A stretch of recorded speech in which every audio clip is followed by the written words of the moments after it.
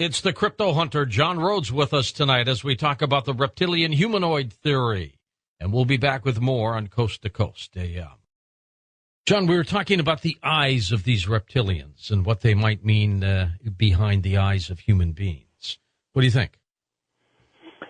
The eyes of reptilians behind the eyes of human beings, I think that I've heard reports where people have had encounters where one became angry or threatened by another person, where they said that they could see their eyes change and shift into like a vertical slit pupil. Now, I know that there is something called eidetic memory, and eidetic memory is a form of a visual overlay, no difference than like birds when they see geomagnetic lines on the Earth.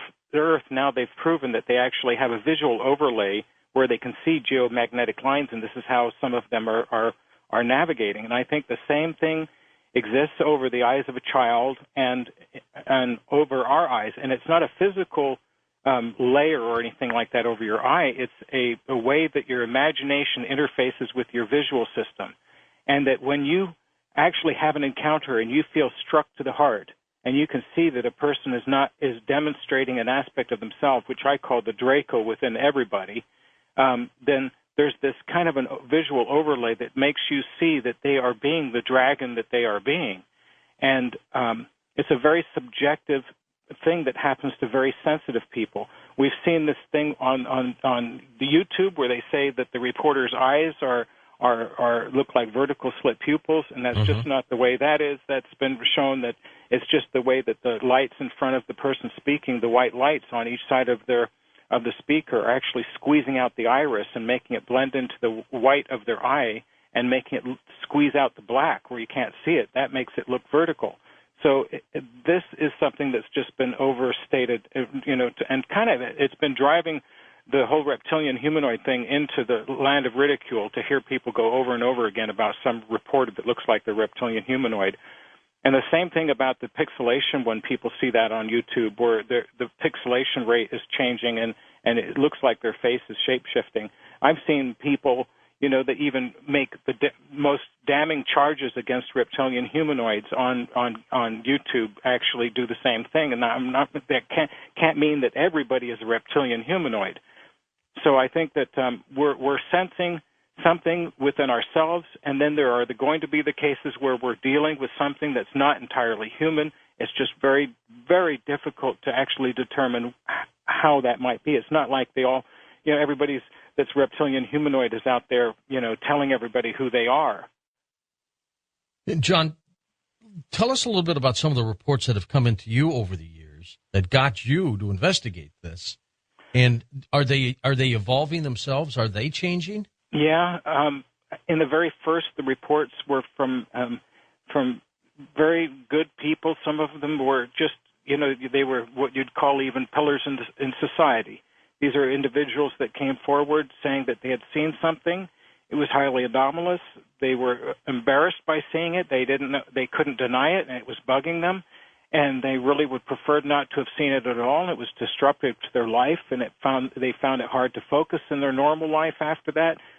Some of these after effects, were so pronounced and in such a negative way that it's not like somebody would be making up stories like that and then putting themselves through such heartbreaking transformation, a psychological self-destruction almost, because their whole reality had come apart.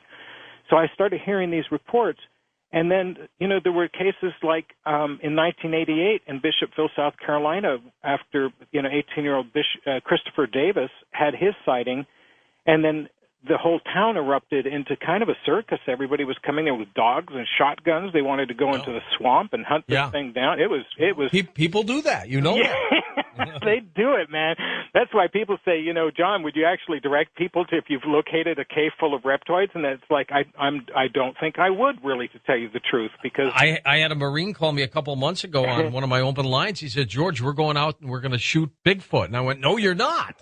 And I had to talk him out of it. And then can you blame these other species for really trying to stay away from us? And when you start hearing reports like this, one of them actually came from a full bird colonel. He was describing a half-man, half-dinosaur to Sheriff Liston Truesdale out there. And Liston's a FBI trained sheriff. This isn't a guy that, takes reports lightly. He knows how to determine if somebody's telling the truth. And then there's all this mix-up with people saying, well, it's really Bigfoot down in South Carolina, when I don't think that a lieutenant colonel is going to make a misinterpretation between a dinosaur man and something like a hairy Bigfoot. It's quite a big difference.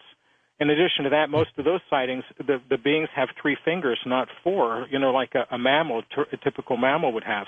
So I started hearing all these reports, and then I started experiencing resistance in the UFO community to even want to hear any of this. Why? Was like, well, I think it's because everybody, it became kind of, and I hate to say this, in a way, they became resistant to change. They figured that they just got introduced to the little grays, and now we're just not being threatened by them anymore, and it's difficult for everybody to shift around and look in a different direction. In addition to that, I think there was a perception by saying that they were terrestrially evolved was trying to say that they didn't, their points of view were invalid, when actually, like, again, I believe that there was a group that evolved here, was open on the earth side by side with human beings at one time, who went back underground, and a large part of them left, their military industrial elite left to explore space, but these guys are coming back, and this is their planet. And it's interesting to think if we're going to ever be encountering some sort of an encounter in the future, some sort of an open contact in our lifetimes, that if something came here to say that this is their terrestrial origins, then it doesn't mean we can't live together. Well, if they're friendly, why are so many people, at least the image of a reptilian, why does it appear to be very, very dangerous? There's several reasons for it. The first one is that because we are evolved mammals, for millions of years, I think that our ancestors were scrambling under the feet of hungry reptiles, and we were their food. And after enough, the stresses of our environment gave us inherited fears, just like when an animal goes out, in nature, they know that some plants are poisonous. They don't have to eat them to die to find out. They just know they're poisonous. How do they know? How do they know that there's certain other creatures that are inherently dangerous to it? I think that there's a form of inherent intelligence we have that comes across as instinct or some sort of an internal knowledge that we inherit through our ancestors, and that this is the main reason why human beings are predisposed to being afraid of reptiles. They've done studies of this and actually found that school children that haven't met a lot of animals before, there will be more of them afraid of reptiles than there were of other mammal creatures. There's something inherent within human psychology. The other thing, too, is this religious indoctrination we've been going through for, now 2,000 years and such, where really before the transition to the cult of the eagle, or Mars-based warrior man's domination over our spirituality in the form of the Roman Catholic Church, this world was predominantly snake-worshipping, serpent-worshipping cults, and that's from all lands of all nations and all corners of the globe. And that was an image that more or less helped people get along because they unified in their single vision of something that was inherently spiritual in them. So no matter even if they looked different, they had something in common. But when that shifted over to this eagle-based warrior cult, Mars man, a male-dominated system that we live in now, that kind of squeezed that out. And for 2,000 years, we've been told to be afraid of these reptilian humanoids or any forms of them by not only the church, but we find ourselves even nowadays being told to be afraid of them by mainstream conspiracy authors and UFO people. And some of these cases are correct. You should have due vigilance and fear of them, but not necessarily as much as might be currently being promoted. And then there's the media, how they project it through the years. You and I have been watching these programs, from the claymation dinosaurs all the way up through, the earliest times when and we used to see the lizard man hiss, and we saw all these projections of the media where usually anything associated with the snake is painted in a negative light. True. But, the snake, for example, is part of the logo for medicine, isn't it? Absolutely it is. So what we're actually looking at there is some sort of a vestigial symbolism from ancient times in which really the snake was a very benevolent, transformational character, and it is also within human thinking. But as long as we've been conditioned to be afraid of it, there's really an aspect of our deepest psychology that's connected with the reptilian brain that really we're throwing out of balance. We're acting as if it's not a part of ourselves, and that it's foreign, it's something to be afraid of, and that it's stronger than us, and that's just not the case. It's a part of us. That's one of the things I've always wondered, is that there's something magical about being human, in as much as we have these emotions, but these emotions can drive a powerhouse in our heart that can help us manifest things that other maybe aliens can't do. I've always wondered if not only angels but aliens themselves, even the reptilians, are worried about the humans reaching their full potential, because they may need devices like, transporters or whatever, like Star Trek, machines to make things. But I think human beings, at some point in time, we will be able to manifest things out of thin air. And we've done it before.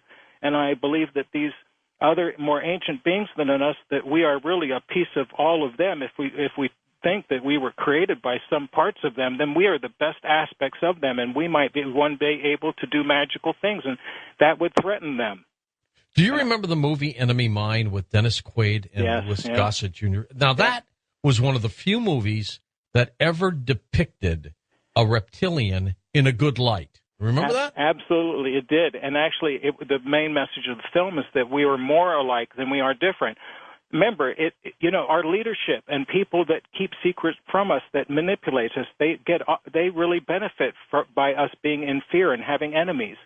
And when you have the primary forces on this earth actually generating money from making and manufacturing weapons of war, then really peace and the lack of fear doesn't benefit them. It benefits us. So when somebody tries to push us into a fearful state, we have to really wonder who it's benefiting, and also who's really at threat.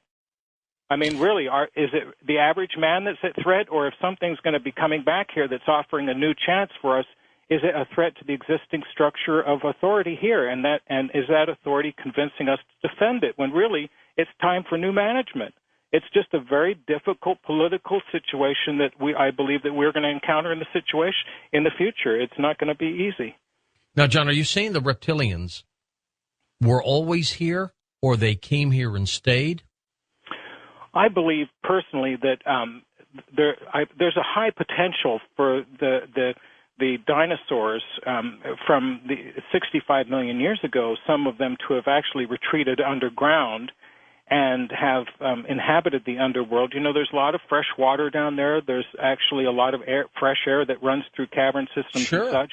Absolutely. And that some of these dinosaurs, specifically down in Antarctica, that were preconditioned to be living in a dark environment for long periods of time, when this devastation occurred, they were pre-adapted to cold environments, and the cold that may have otherwise forced a lot of, lineages of dinosaurs to die off, these would have been the last ones perhaps to live.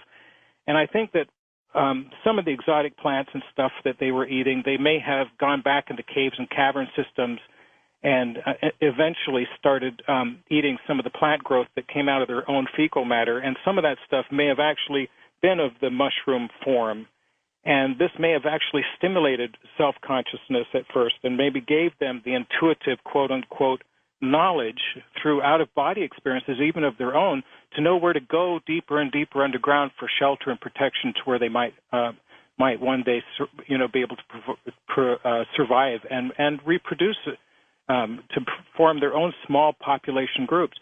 And if we could have come as far as we did in 2 million years, even 3 million years, give us 5 million years. We're talking about 65 million years ago. These things evolved into birds, and some of these birds that can even talk. They can sing. They can dance to the beat of music. I mean, these are evolved dinosaurs. So how many other creatures on Earth have actually demonstrated that kind of ability? We're talking about the potential for nature itself to show something so beautiful and so magnificent and intelligent. And I think that we're just on the border of really recognizing what this world is filled with.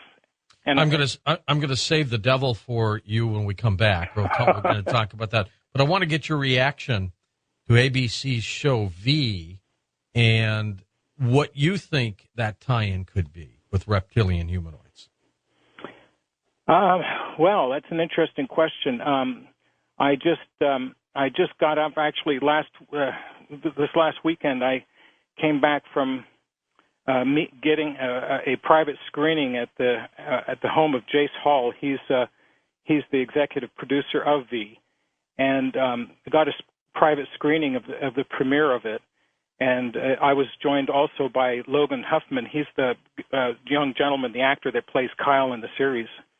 And Jace, he's more or less the imaginative engine that's running the project. He and Scott Peters have put it together, and they're putting it out. He has also the Jace Hall show and doing things on the internet, and you can Google him or whatever. Yeah. But he invited me over, and we watched the premiere. And there's a couple things he wanted to say. First and foremost was that he told me that to let you guys know that he was well aware of my research before formulating the ideas for the show for V.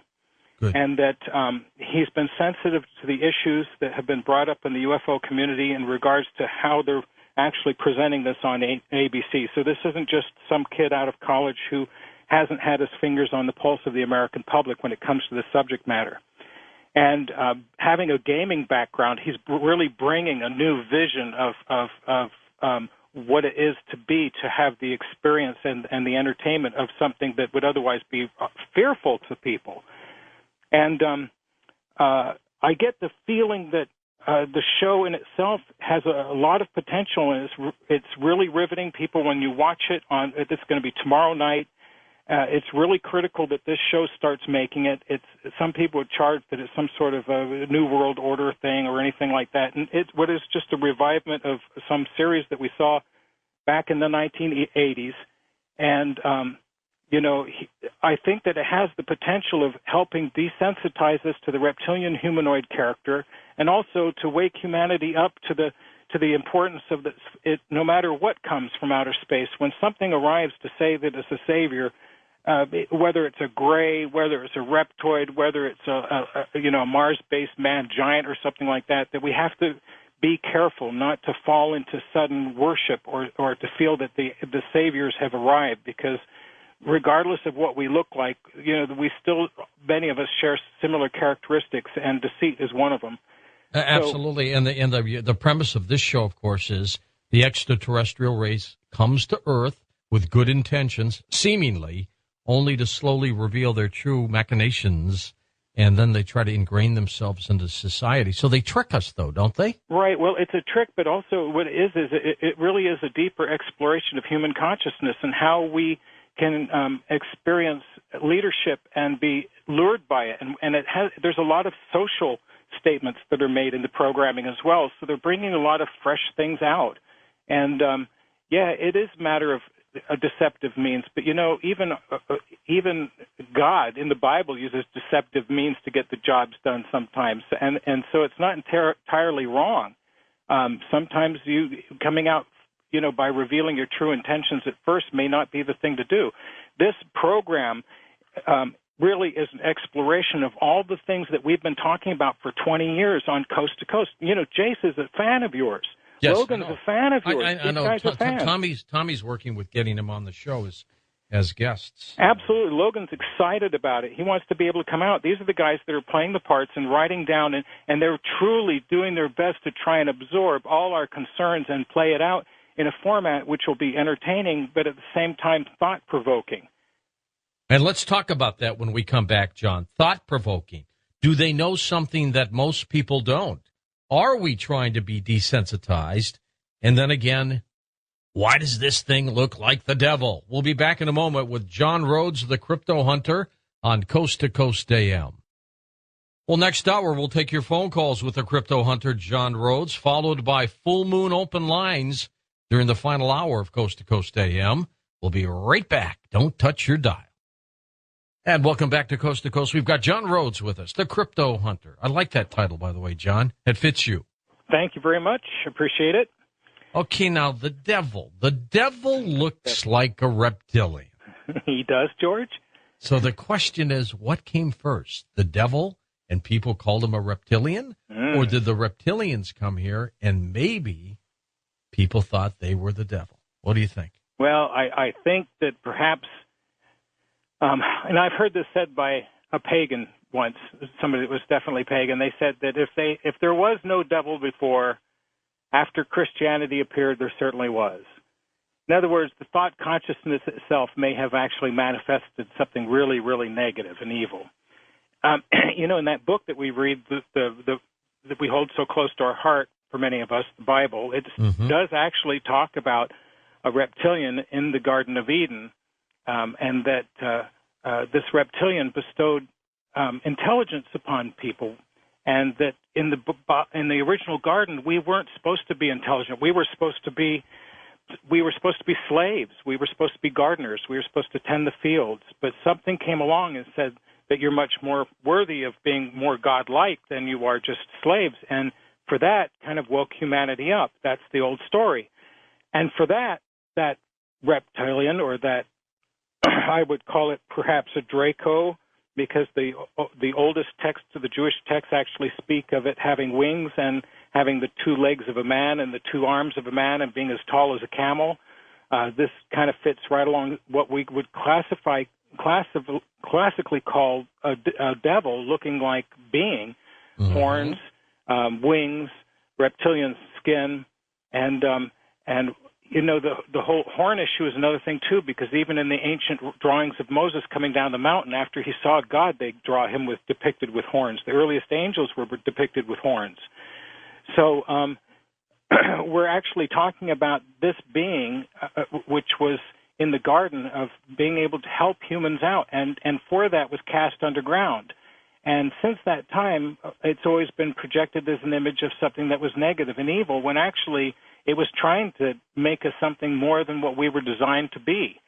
There's a lot of people that believe that, that these things, these devils, as you might call them, they have enemies. And this is where we might be coming up to some sort of an event in the future of some sort of conflict. But definitely you're talking about something coming from underground, because the reptilian humanoid image is synonymous with the underworld. And that when you start looking at the area which we has long associated with death and mystery, and talking about something coming from the other side. And hell. And hell, absolutely, not a good place. That this invokes a lot of fear in everybody, so they usually are associated these beings with fear. Remember, in the Bible, there was God turns around after Adam and Eve were woken up, and he turns around to the serpent and Eve, and he says that he's going to create an enmity between the serpent and Eve, and both their offsprings. In other words, somebody came along and said, "I'm going to make sure that you guys think of each other as enemies, so you don't get along anymore. I don't want to have this kind of interaction." And we were separated as species groups.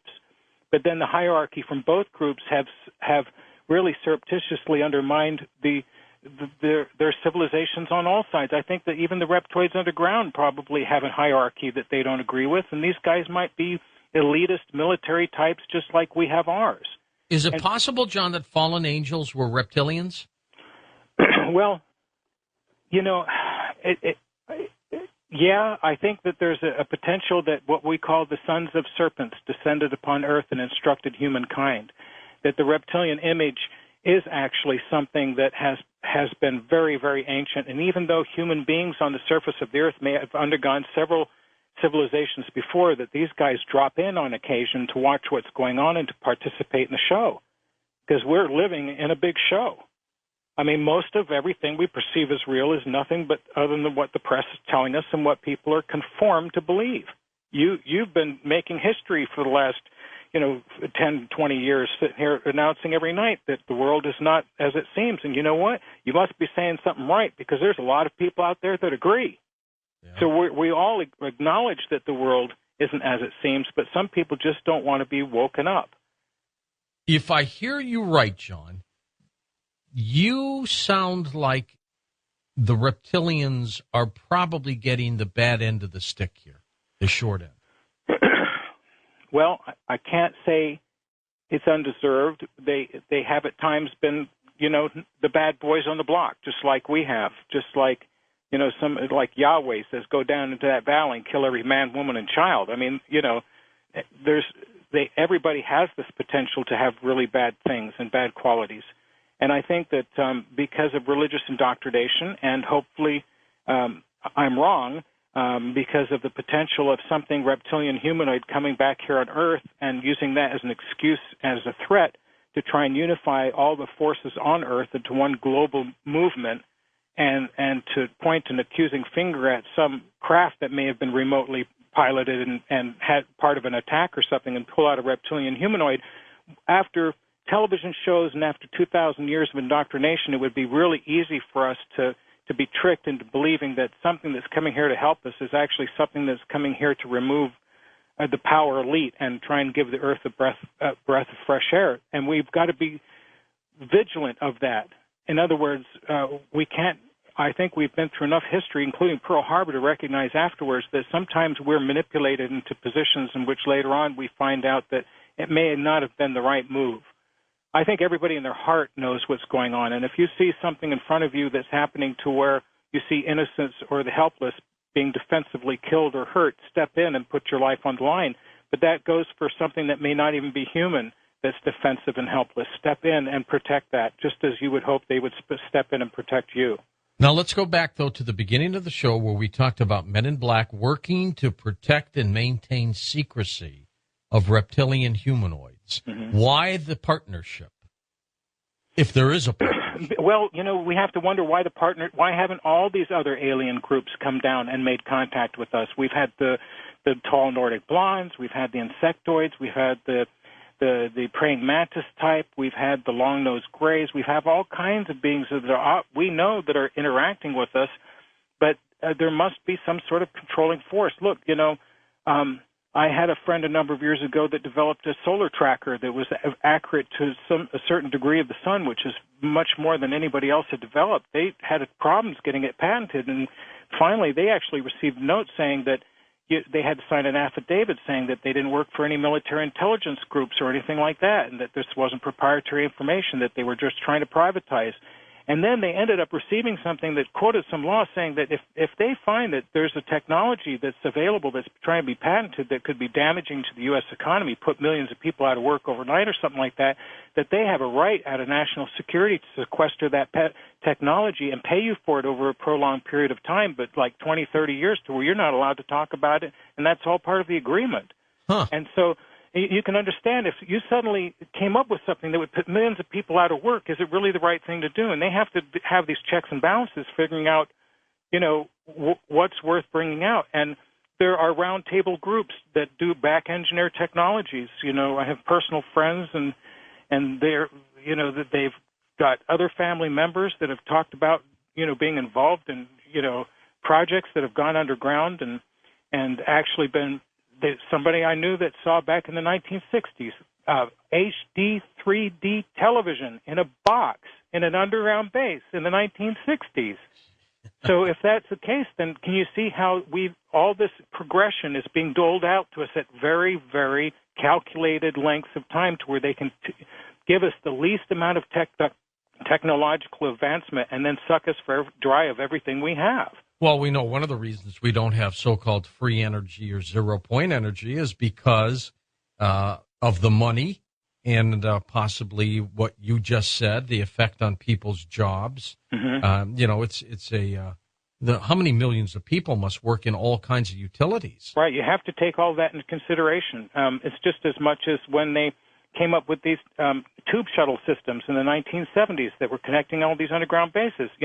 Look, it would be really smart for us to take all of our infrastructure, even if we put up tube shuttle routes not to take passengers, but just to take cargo back and forth to the United States. It would cut down on pollution. It would make do so many things that would be good for us, including increasing national security and ensuring that we have a transportation system that can sustain a meteorite impact if we had one dead center of the U.S. or something. But the fact is that this kind of technology is being withheld from us, and it's being used by the elitists on the reptilian side as well as the human side to just empower that 3% that own everything.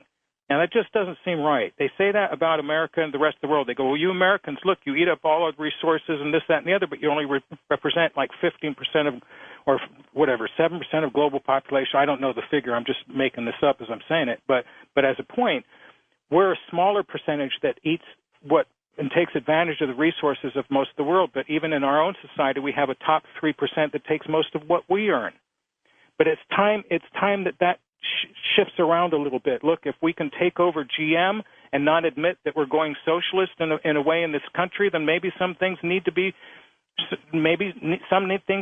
socialized and other things need to be left alone to be privatized. There's no reason why the two structures can't seem to coincide together. It's the old thinking of our fathers, these guys that almost wrecked the world before us, that kept thinking in such contrasting means to where that's not possible. You know, true socialism doesn't work in Russia, but as we can see, this isn't working over here. Is there going to come a time where there will be direct interaction between humans and these humanoids? Well, I believe there has been. I mean, on a mass scale. On a mass scale. Look at Fatima, though. Fatima saw the craft come down, 72,000 people. I mean... Now, John, we all know the sun came down. Yeah, we all know the sun came down. That's right. We all know that somebody threw a Frisbee. You know... a big one. Yeah, a big one. I believe that we are, if at all possible, even if the ETs are here and they're listening to us, even if they were over Mexico City in 1991 trying to point out something to do with the sun, obviously it's all solar generated. If you get these beings looking at timeline cycles and prophecies and symbolism all coming to a merging point in 2011, 2012, out of 200-300 years either way, there doesn't seem to be a more perfectly aligned symbolic alignment that we're going through, that these guys wouldn't in some way initiate that as a part of their own ritual. Some people believe it's after we go through a measured point of devastation that we're going to come out the other side, the survivors are going to come out the other side and have a little help to pull their britches up and to put ourselves together after witnessing perhaps the largest depopulation on the surface of the earth due to environmental and other causes. John, of all this work that you've been doing over the years, do you finally feel as if you're getting close to a finish here?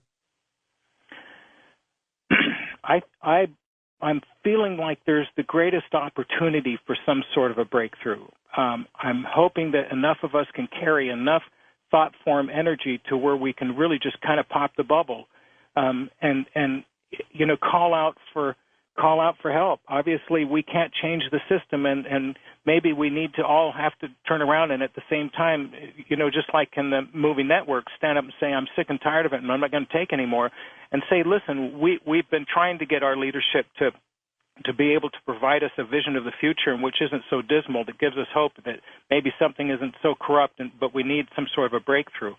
Maybe if we call out to the universe for that breakthrough, we can somehow have one of these forces, or at least the leadership that isn't part of some sort of federation group, finally say, well, they've asked and the time is now and the time is right. I can only pray that happens. You know, it would be terrible to meet your end on the way out of your body. You're turning around and say, man, I just didn't quite get to that point, and have it happen the next day, you know. Who would be... It would just be terrible. Who would be against the Reptoids? I'm sorry? Who would be against the Reptoids? I mean, do they have their own enemies out there? Yeah, okay, let's see if I can kind of like surmise this real quick. I pointed out recently that if you look at ancient civilization here on Earth, you'll find out that it appears as though this was originally a planet that was a reptilian humanoid, reptilian dominated, and that we, mammal man, were around, but these other guys were still dominating the planet, and that something happened to Mars, and the other planet that ended up being the asteroid belt between Mars and Jupiter, and that the surface of Mars was blown off. Maybe some sort of a solar event or some sort of a galactic event took place to where the atmosphere of Mars was blown off, and only the military industrial elite on under the Martian surface actually came down to Earth as survivors. And that when they did, these guys brought with them the eagle as a symbol, and they were white Anglo-Saxon, large Titan, giant men and women, and these are the Valkyries. These are the giants of ancient times that we talk about, and that originally they took some of the beings that were here and genetically modified them so they could have somebody help take care of the planet, and that was supposed to be us. However, some fifth column group around here that kind of watched off to the sides and saw what was going on said this is kind of wrong to let these beings with such great potential go without some help here. And this is where the Garden of Eden comes along. They maybe the crab apple or some sort of a psychoactive substance was given to us, and suddenly somehow modified human thinking, and even the generations after that. And these guys, these Mars-based men, are very warrior cult-like. They believe in doing it their way. They are military-industrial complex all the way down to where we have today. And also the reptilian humanoids, who were serpent symbolized, also were this kind of opposing group that always, between the two of them, there was like this balance of power taking part on this planet.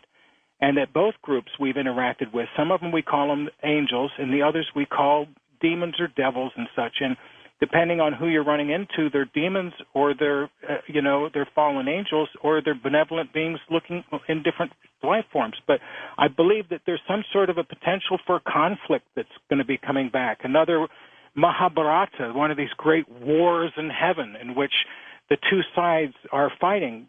My suspicion is that they're really fighting over us as resources, our souls and our commitment, and that maybe is it good against bad up there? Well, it's not species against species, but really what we're looking at is human beings that are trying to get out of the crushing hill of the oppressors that govern over them. And the same within the other species groups. They've had these elitists on all species groups that have been dominating everybody. And we're waiting for somehow that balance of power to slip over. And hopefully that time is coming up soon. Sooner than later, John, I hope. Well, yeah, sooner than later. I mean, you are broadcasting from somewhere deep underground, aren't you, George? Absolutely. They can't find me. They can knock out my satellite, but they can't find me. That's right. Well, wherever we have an FM radio, George, you're our voice. Keep up the resistance. And AM as well. Wherever. Absolutely. So what's new for you? What are you doing next with your projects? Well, my next projects are doing work on the website. I'm updating the website and getting ready to start putting some production material in.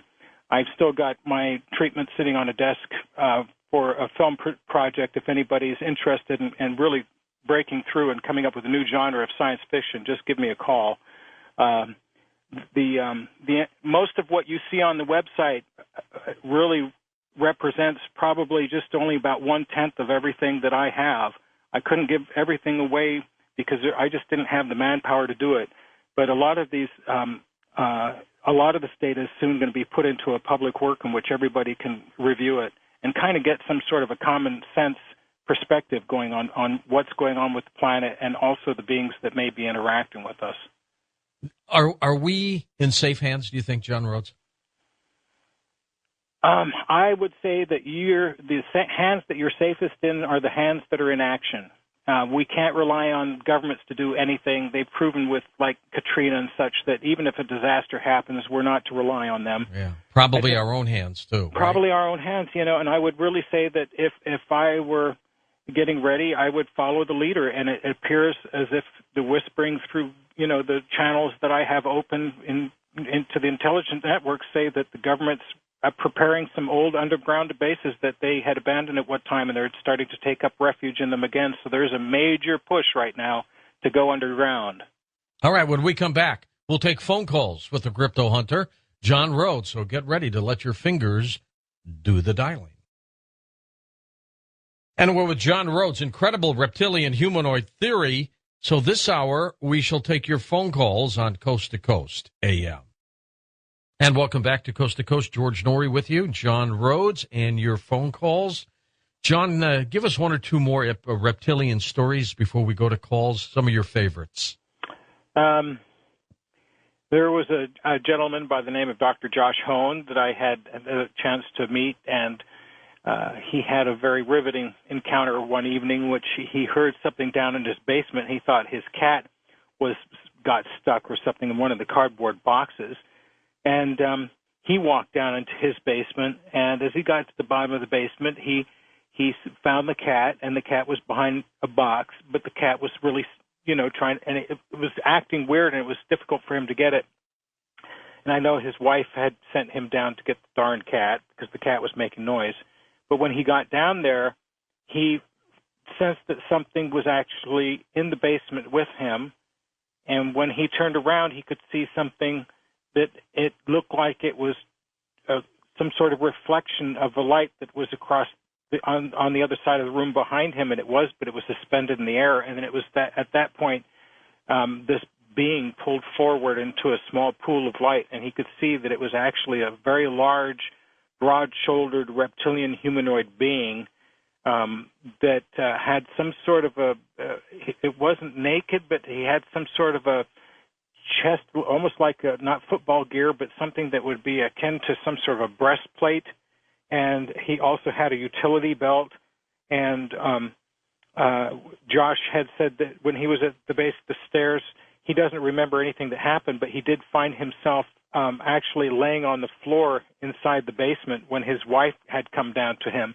And it wasn't until the next day that after things started dawning on him what had actually occurred. He was actually in denial of the whole incident until the next day. But it was something that was revelatory to him, and he was afraid for years to ever let the story out because of being a doctor and everything like that. He was afraid it would destroy his credibility in this small community.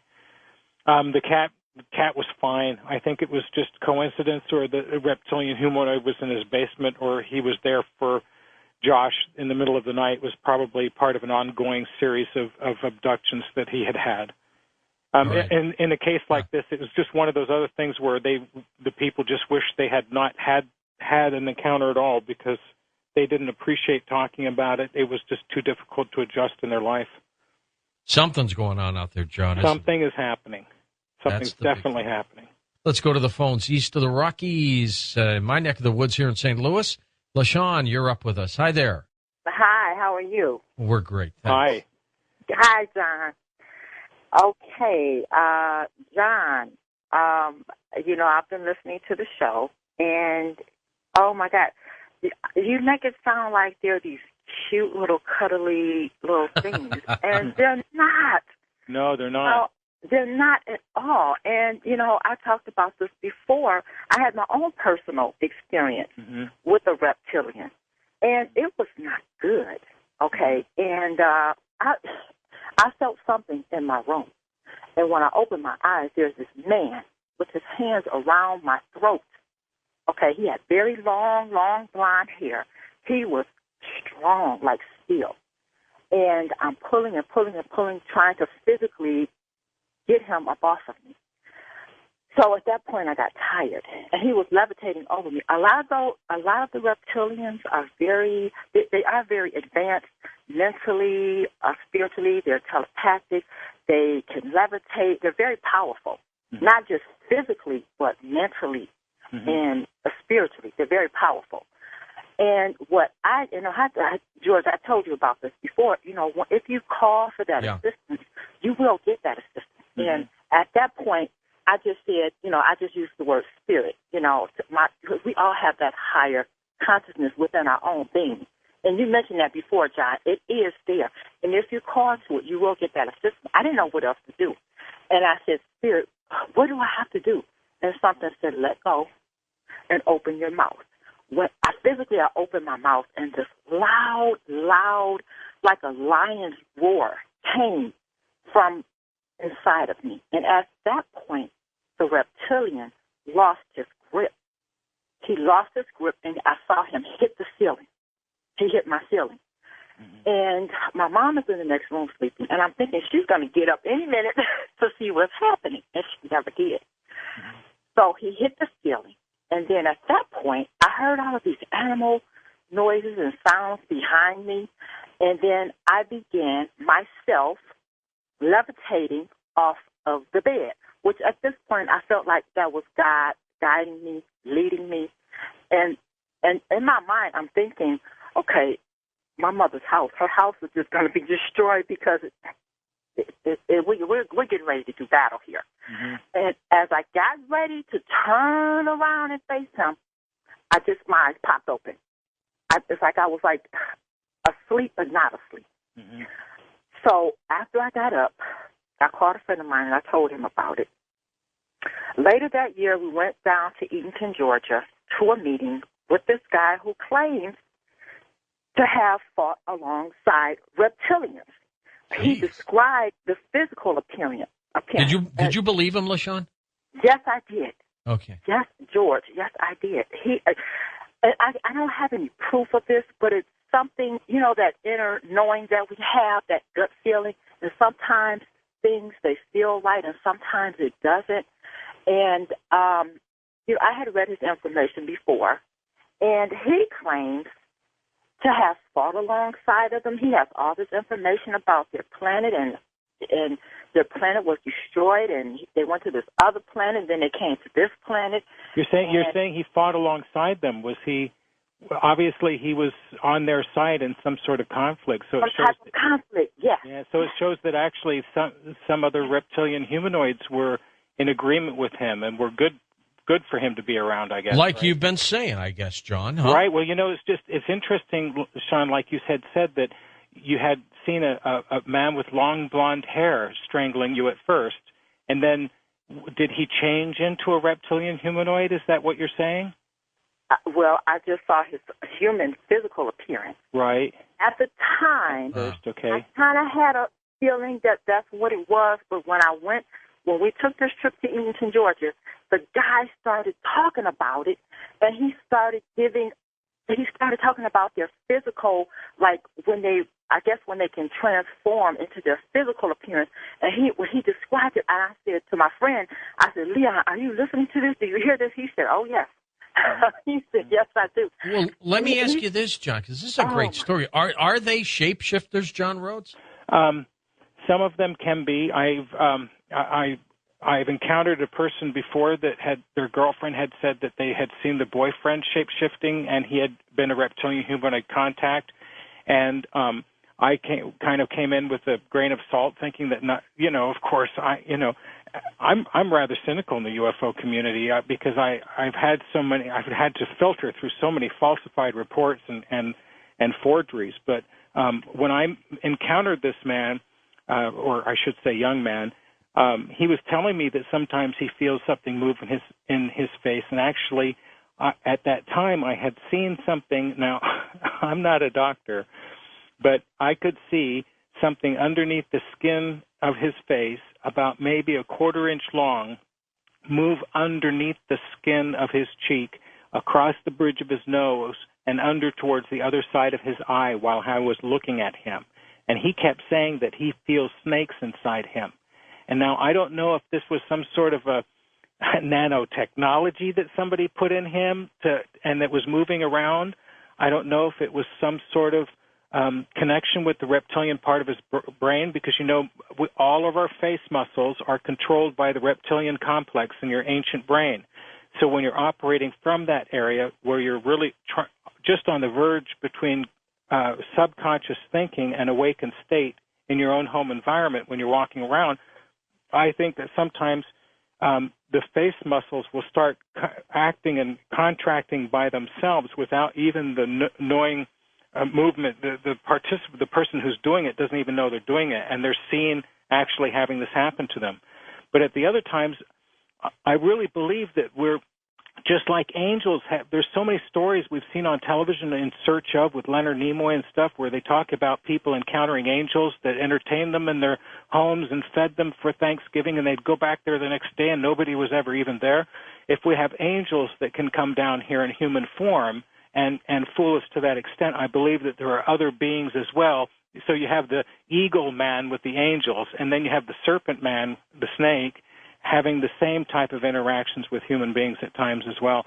And they're not always good. And she says that I try and make them sound, or I'm making them sound cute and cuddly, but, that on the contrary, I was the first one ever to make any kind of statements as to how terrible it is that the reptilian humanoids have been to humans throughout the years, certain ones of them, and how they can be the tricksters, and they can be devilish. They can be everything that you don't ever want to encounter.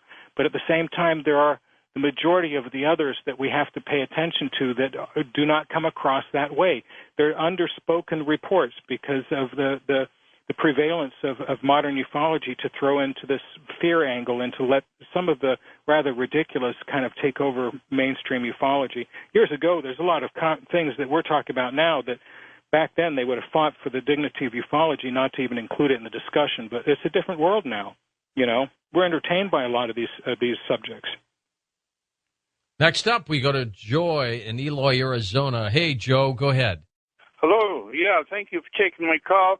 I have a quick story about reptilians, and I'd like to get John's comments on it. Real quickly, I had a fellow working for me about 10 years ago, and he was an engineering type, and he didn't spin yarns. He always spoke in figures and facts. And he had a friend that was the same type of personality, and his friend was dating this lady in Italy.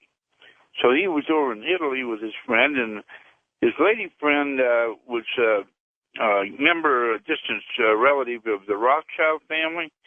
And so the people in Italy were asking her to get a hold of the Rothschilds and go see if she can get some funds to help the Holocaust victims there in Italy.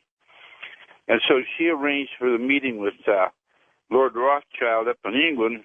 Mm. So she went up there, and she was meeting with him. And while they were meeting, Lord Rothschild was called out of the room. And so he left, and she could hear voices in the other room, the next room. And there was a little door that opened up, a dumbwaiter door, you know, between the two rooms. And she peeked through this door, and there was Lord Rothschild taking instructions from a reptilian. Mm-hmm. And I would like to get John's comment on that. All right.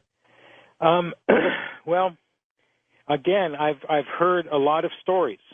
We've all heard a lot of stories. It's very difficult at times to delineate which ones are true and which ones aren't. However, I can tell you through my experiences investigating it over the years that there's been very, very few cases in which a contact would happen in which there was anybody within earshot or eyeshot that was not intentionally supposed to know that they were there. We're talking about beings that who will, for example, appear in a child's room because they know that's the safest room to appear in the closet of a child's room, because they know that if a child reported somebody coming out of their closet, their parents would just brush them off. And also, you know, if you come out of an area that's not seen very well, you have the opportunity to know who you might be walking up against. You know, you can't just materialize in somebody's home. They might be having a Christmas party or something like that before you get down right in the middle of the living room. So when you hear of stories where it's especially connected with some sort of a leader, being in a presence of a reptilian humanoid where somebody has seen it and they've gone away to report it, I tend to think that those stories like that are highly fictionalized. I'm not saying they're entirely untrue, because there could be elements to it that I'm not familiar with that could lend credibility to the report. However, it seems that it's like everybody saying, I believe in reincarnation, but not everybody could have been Cleopatra. So at some point, you've got to say to yourself, how much of this is influenced just by conversation out there amongst people that make things up just so they can propel their ideological belief and project them onto other beings, like anthropomorphizing our subconscious demons, the reptilians of our id, by projecting them everywhere. We do know that these guys have got, heredity that has lineages that go back some, and they seem to be related. I truly believe that there's a linear hierarchy going on this planet, but I don't necessarily believe that everybody we run into, all the leaders are reptilian humanoids. You know, I just failed to see that happening. I think it's just easier for us, like I've said before, to be able to project the evils of mankind on some sort of image that we've already been told is demonic and just let that go. You know, it's sad to recognize that we've allowed these guys to have such dominion over the planet. And it's a reflection of what humans are all about. We are the killer ape. You don't need the killer reptilian. We have the killer ape inside us that has demonstrated time after time after time that it can be truly, truly violent. Do you think that Mothman, the people who saw Mothman, might have been seeing some kind of reptilian? Yeah, I do believe that, particularly a Draco. The glowing red eyes are also synonymous with reptilian humanoids. The fact that it was flying and seen overhead, and at some points it shows that they thought the eyes were down towards its chest. Well, if you're flying overhead and you've got your head drooped down low, it may look like the glow from the eyes is actually in the chest region, where it might actually be the head drooped down low. But yeah, before some sort of a mass traumatic event like the collapse of Silver Bridge there, for that kind of event to take place, when people die, even in a local environment like in a house or something, a portal opens up. And the portal, when people enter that portal through some sort of a traumatic event, there's some sort of a psychological shock that people go through, like the pumping adrenaline of their terror as they see their last seconds of their life flash through by their eyes before they die, somehow gets impregnated into the ether at that point in time and puts a ripple in time-space. And that when people die like that, this portal that takes you over to the other physical universe, which we think of it as death, but it's just a vibrational difference in location. When that opens like that, you can go both ways. The angels or the guides have been seen as balls of light to come take people out of car wrecks. But then at the same time, if you can come this direction and you can take beings back with you, if that portal doesn't seal itself, there's a high potential for something else slipping through there until it does close and start having interactions with humans on this side. So, I remember when I first started doing Coast to Coast, and I had an interview with a woman by the name of Pamela Stonebrook. Do you know her? Right, yes, Pamela. She claims that she had a 3-year affair with a reptilian. And it was, for me, John, the most bizarre interview I had ever done, at least at that point. Yes, it didn't make us human men feel very wanted either. Physically, I think if there's any relationships going on, they're mostly of a mental relationship and a spiritual relationship. The physical communions, I guess it could happen, maybe. I mean, like I've said before, there are humans that, entertain themselves with animals, as distasteful as it is. So the idea of one species crossing over to another species like that, I guess it could happen. But at the same time, I've also known that that there's a lot of women that tend to have encounters like this that end up being, how do I say this, that end up being drawn into the control issues of their sexual life. It's like a cult. Well, no, yeah. These people, especially with women, they tend to get into things like S&M and things like that because during their experiences, that they perceived as being a sexual experience, there was this issue of control going on. So that becomes an issue with them from that point onwards.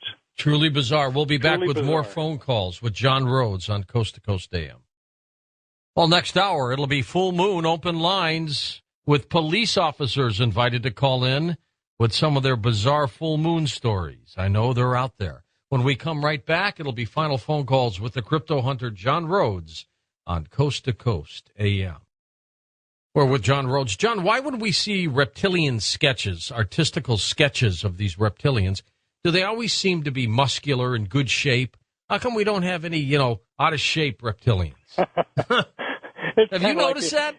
Yeah, it's kind of like the advertisement for V, where the reporter turns to her and goes, aren't there any, unattractive reptoids or reptilians or Vs? Because it seems like the entire crew is really handsome. I think it's just the nature of a reptile and the way that its metabolism deals with proteins and foods that they tend to be very muscular and lean. There's probably more mammals that have additional fat on them for storage of and reserves of energy rather than a reptile. And also the fact that, these guys are probably have been, how many years have they been actually, working on a diet that's actually may be metabolizing more energy and a better form of it than we do. look, it's not until recently we've come up with all this stuff to fatten us up and everything. All this garbage we take, we try and fill in the gaps with something good, but you know how it is. It's always nice to splurge. Back to the phone, Salt Lake City, Utah we go, west of the Rockies. It is Molly's turn. Hi, Molly. Hi. Hi. I have two quick questions, if I'm allowed the time. You are allowed. First of all, I was wondering if, John, all of these different species, is there a supreme being above them all? A God figure who created all of them, in your opinion? In my opinion, yes. I believe that the God that created us created them. Okay. I think it's really interesting from a Christian theological point of view that we should think that we're the only children. It's a large house, and there's a lot of brothers and sisters. Second quick question is, I know that when I was 5, I was abducted. Mm-hmm. When I was born, on my birth certificate, I had O positive blood. I now have A negative blood. Mm-hmm. It could have been a mistake, I keep thinking. I always have that thought, though. I'm wondering if there is any genetic, if there are any genetic markers that say we may have intermingled sexually with them or Right. Okay. First of all, the fact that your blood can change blood type. There are human chimeras where in the embryo, the two embryos will actually merge to become one and share blood types. Rare, but it happens. Very, very rare, but it does happen. There have been people that have, tested Rh negative blood and go to Rh positive blood back and forth. We have tracked the higher incident and located a higher incidence of people who have had reptilian, humanoid, and other phenomenon happen to them that are Rh negative, which is a marker on the surface of the gene. It's actually a protein, and that it has a higher dominance in the races from Scandinavia, Ireland, Scotland, and also back into the Caucasus Mountains and into the regions where the Basques are in the Pyrenees Mountains. Mm-hmm. And that this Rh negative group appears to have been perhaps some of the earlier linear experimentation groups that have been going down through maternal or mother and daughter lineages.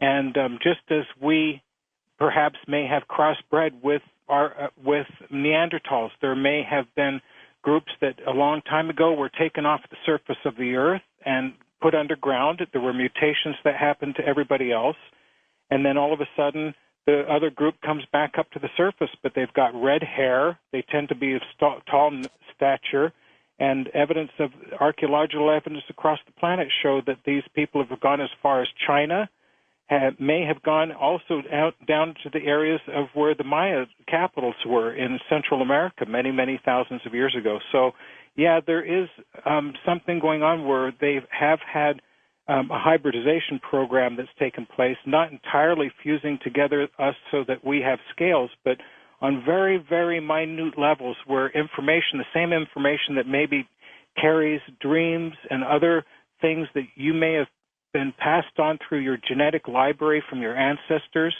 that type of information exchange on a genetic level that perhaps affects the way the brain works or the way that one pursues spirituality. But, yeah, there are specific groups of people that have had interactions.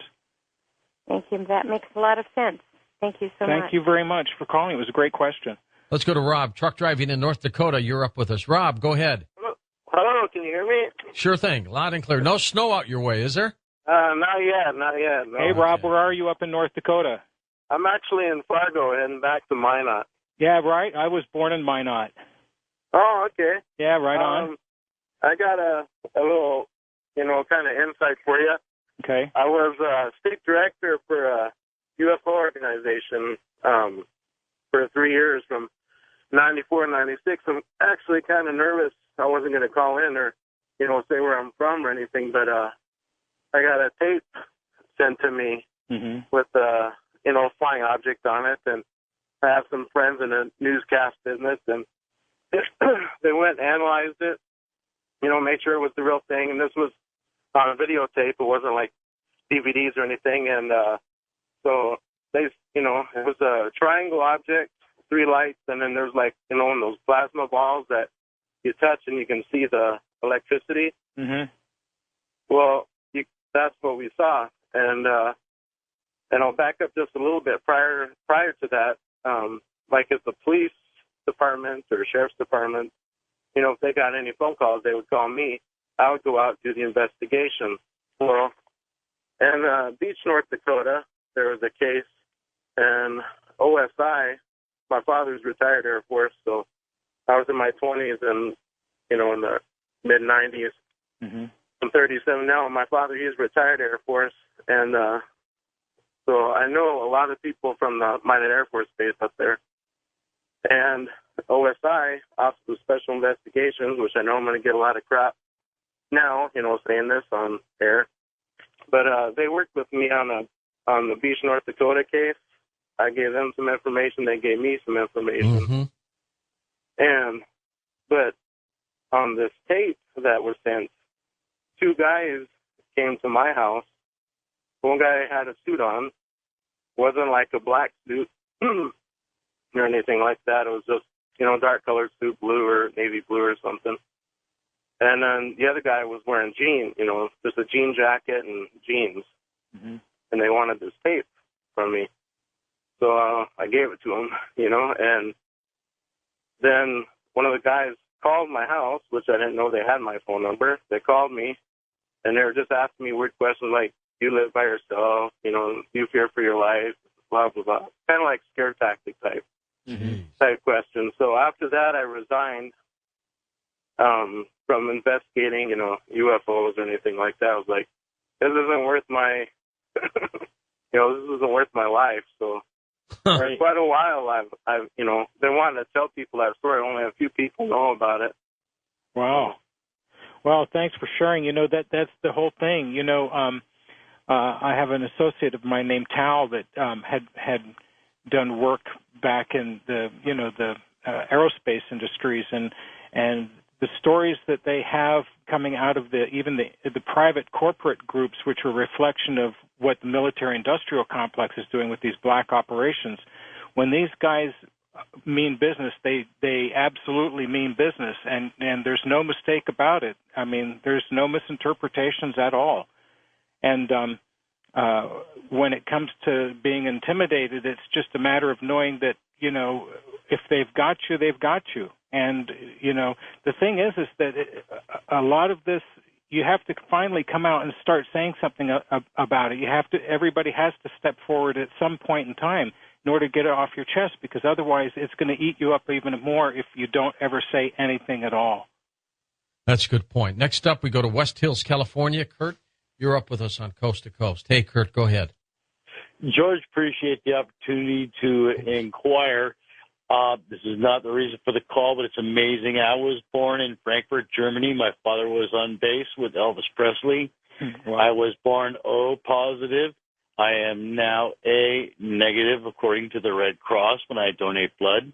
My whole point was this. I have been visited since 1964, 35 years later. My sister confirmed from seeing out the door that I have been visited. My concern is I don't care if they take my body. I'm the driver. The body is just the car. Mm-hmm. But if they take my soul, that scares the heck out of me. Mm-hmm. Mm-hmm. That's an allegiance of spirit. I mean, they're not fighting us over us as far as our physical resources. This is far, far beyond that. If anybody's thinking out there that somebody's fighting over just territorial possessions or physical possessions, they're completely missing the mark. What's really going on now is that there is going to be, as people have historically recalled, a war in heaven, and this is talking about allegiance of your frequency or your soul. no matter how many times you come back here to reincarnate, they're both struggling over it, left and right, like two polar opposites. And really, I'm struggling now.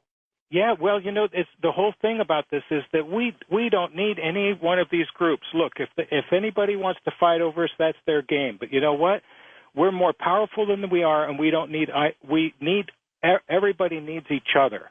And if anybody's fighting over your souls, then that's their battle. But we don't have to participate in it. It's a matter of staying as neutral as you can, because if you maintain a neutrality upon yourself and your soul, then you're in a point of balance and you're able to make determinations for yourself. If you get too emotionally drawn into one argument over another, they've got you. And they've done it to us before, time and time and time again.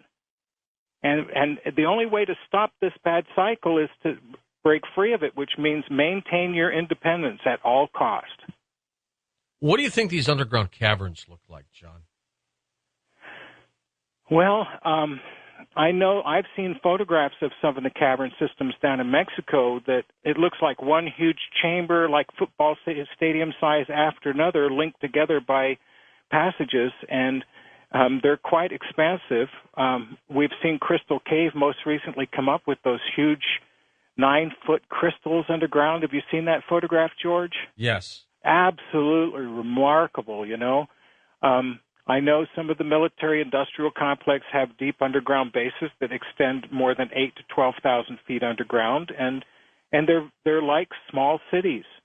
And men in the black projects have met women in black projects, and together they've had children, and there's an underworld already in existence beneath our feet. It's part of the shadow government. There's a shadow government. There's also a shadow society in existence. And it's just too bad that we're left up here on the surface to fend for ourselves and never given the real truth as to what might be happening. Otherwise, you know what? I think we'd all be digging holes in our backyard, and we'd be storing food, we'd be finding water resources, and we'd be getting ready in case something happened to where the grid shut down for even 2 or 3 months. Well, and it could shut down, John. Absolutely. We get hit with an X flare. Look out. We're history. Absolutely. And, it sounds so bizarre, but, for like $75, $75 at some major outlet here that you can get 270 meals that last 10, 20 years for like $85. It's easy to put that much away just to know that you have something. But if you have nothing and you've been told ahead of time, then you have nobody to blame when an event happens. Good. All these companies now are trying to go paperless, so you pay everything online. You get your statements online. Everything gets sent to your email. What happens when the grid goes down and you can't go online anymore? You can't do any of that for a while. I mean, everything's going to get clogged. Everything will go. And you know what? You have to be reduced down, and you have to refocus your priorities in life. And it's not going to be all those electronics, gadgets, and everything like that. When this thing starts happening, I would suggest people just don't watch the news. You know what? I'd rather watch the Comedy Channel than hear any news, because the news is made to stress you out. And you know what? And if you can't help anything that's going on outside your local level, just start reducing your vision down to your local level and to your family. And go ahead. And then just kind of like, know whatever happens outside your range of vision is going to happen regardless of what you think or know about it. We'll try to squeeze in a few more calls for you. Louisiana. Hey, Cornelius. Go ahead, Cornelius. Hey, George and John. God bless both of y'all. I just want to say you got the best call screeners, Gina and Tommy. And I wanted to say, if the Saints go undefeated, the end of the world is coming. So that's all, gentlemen. God bless you. Y'all have a nice night. That's it, huh? Yeah. All right. You're welcome. Must be Tommy's brother or something. Tommy. That's right. Got to be. St. Louis we go. Hello, Rebecca, first-time caller. Go ahead, Rebecca. Good evening. It's a pleasure to be with you, gentlemen, this evening. Hi, Rebecca. Thanks. I'm a little nervous because this is my first time really publicly discussing some of this, and when I tend to open up about it, things pop up for me. So, I mean, I've had a lot of experience starting when I was little, dreaming about like flying over my hometown and dreams of underground cities, and a lot of experiences throughout the years. But my most intense were brought up with tonight's topic with the reptilians, and I happened to live in Las Vegas for a couple of years with a guy, I suppose, that I consider to be a reptilian, and it was very intense for me because it was a power struggle. And he came across as very charming, tall, thin, kind of a little bug-eyed, but very charming. And he said a couple of things that were alarming, that he knew me long before we ever met, and I kind of dismissed it. And then he got a tattoo of a painting. It was Fall of the Rebel Angels, but he wasn't, satanic, or he didn't seem that dark. Yeah. And I had a couple of experiences in Vegas which were very intense for me, and where the people, I suppose, that I ran into even admitted to not being human. And one was... was it like a vampire cult, Rebecca?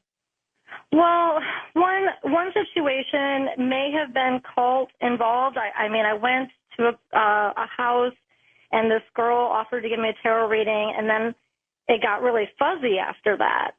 And I had a lot of missing time, and the only part I really remember is the third day and trying to get home. And I was driving with this girl, and then it seemed like it was no longer her. Her skin started to turn it looked like it had a bluish glow to it, and her pupils were changing. She shifted. I'm going to put you on hold, Rebecca. We're going to put you on hold. John, we're out of time, my friend, but I want to thank you. Good luck in everything you do. Thank you very much. I invite everybody to drop in at my website at reptoids.com. Make sure also you go over to, I have it there at the bottom of the page, a link to ABC TV, so you guys who ever want to talk about these reptilian guys, meet up and talk. Let them know what you think. All you got to do is hold up your fingers in the shape of a V. I'll be back in a moment with open lines, full moon open lines. Rebecca, you stay. I want you to finish your story.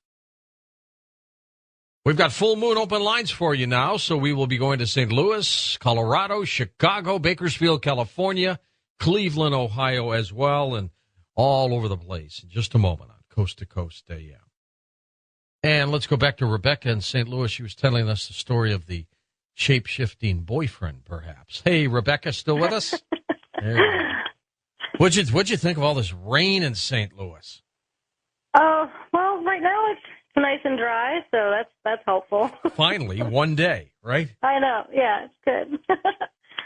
Well, yeah, I suppose what I was saying was I was actually away from the boyfriend at the time, who I think is reptilian. And I was with a girl, and she was the one that started to turn blue, and her pupils looked like ink blotches. And I was trying to get home. And she was pointing to the sky and talking about home, and it was kind of fuzzy, and I was just trying to get back to my home. And the boyfriend was standing at the top of the stairs just watching this whole thing unfold as I was trying to get back. And I get inside my apartment after being gone for 3 days, and he just sits on the floor across from me. And when he stands up, I see a snake where he was sitting. Jeez.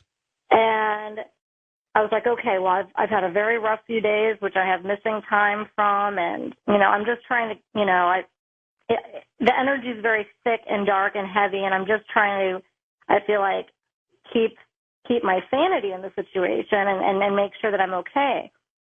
And so I wasn't ready to leave him at that point, but in Vegas, it just seemed like it's this magnification for a lot of really strange things. And I met a mother and daughter who I had at my home, and the little girl was telling me about different entities watching us and brought up the situation with the girl, the shape-shifting girl. And I got a little nervous, brought her inside, and I talked privately with her and her mother, and their eyes were moving back and forth really quickly. And they were trying to say that I was like them. And I was really confused by this. And they said, don't tell him, which was the reptilian boyfriend. So, he won't understand. He's not like us. He'll leave you. Wow. And so after all these experiences, I tried working with this gentleman I found online who had said that he worked with abductees. And what was his first name? Can you his name was Don. First name was Don. I think he was in Indiana. Okay. Older gentleman. I didn't know a lot about him. And he gave me these long questionnaires to fill out, and he had said something about us being in satellite circles and how, we were sometimes we tended to be targeted. Did he help you? Well, he was helping me.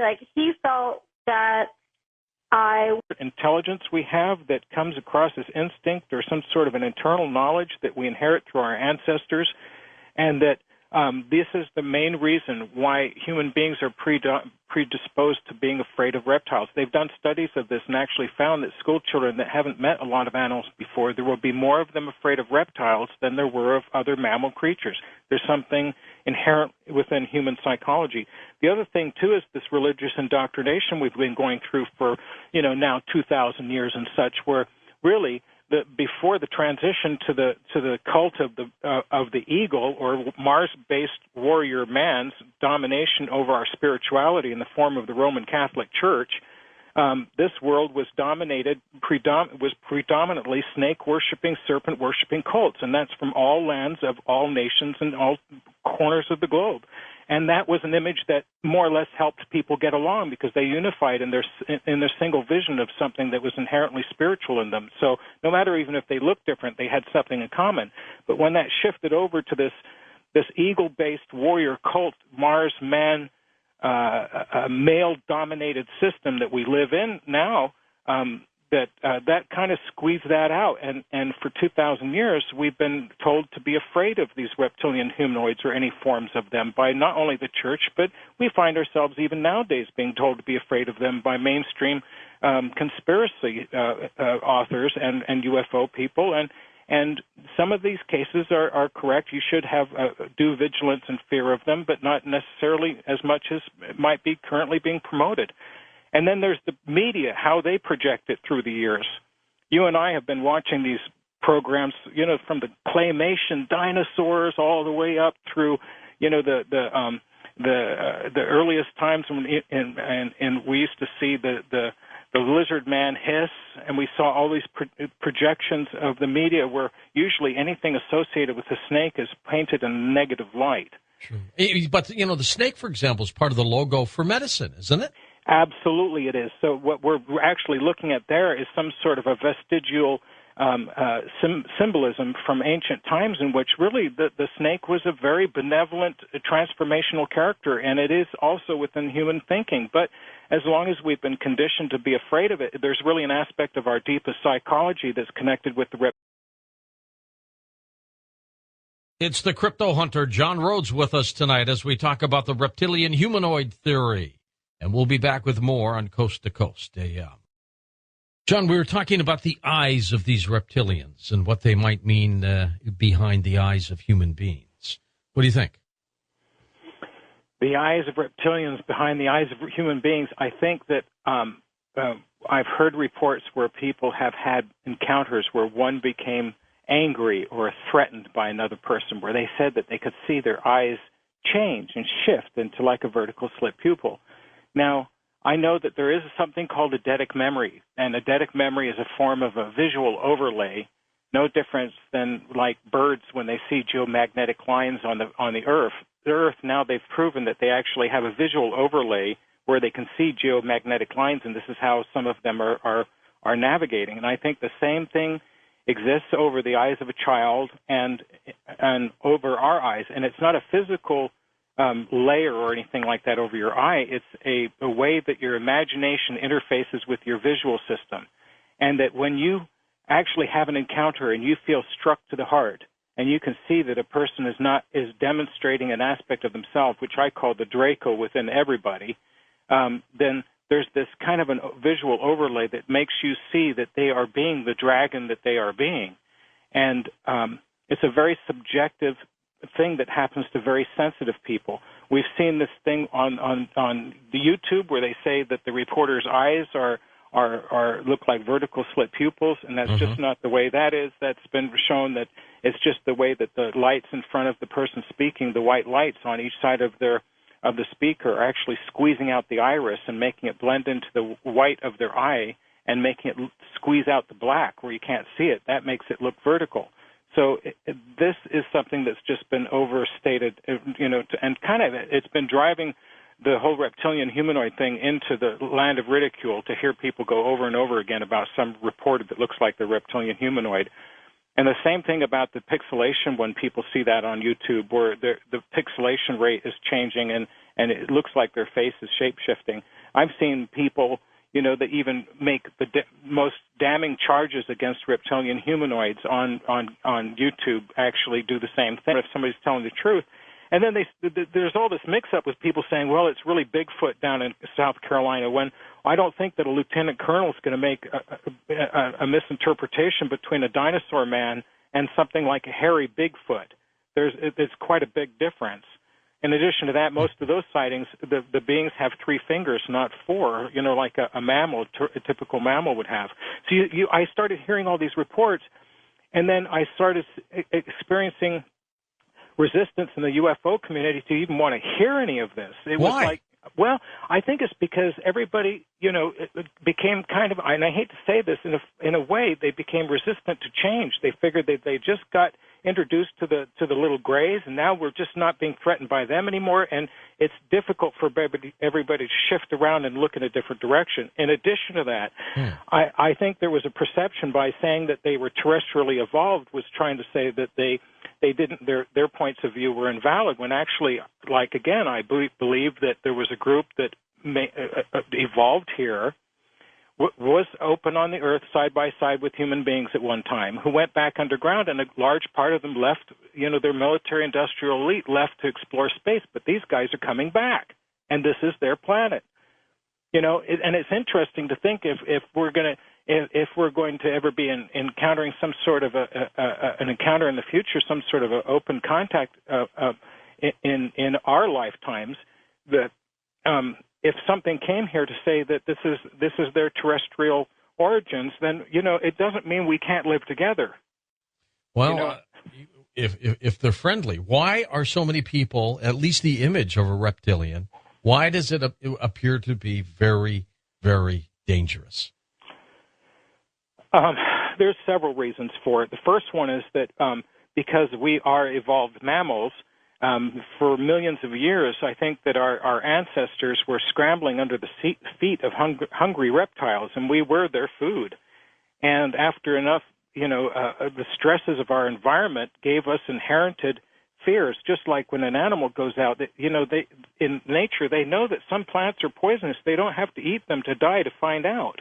They just know they're poisonous. How do they know? How do they know that there's certain other creatures that are inherently dangerous to it?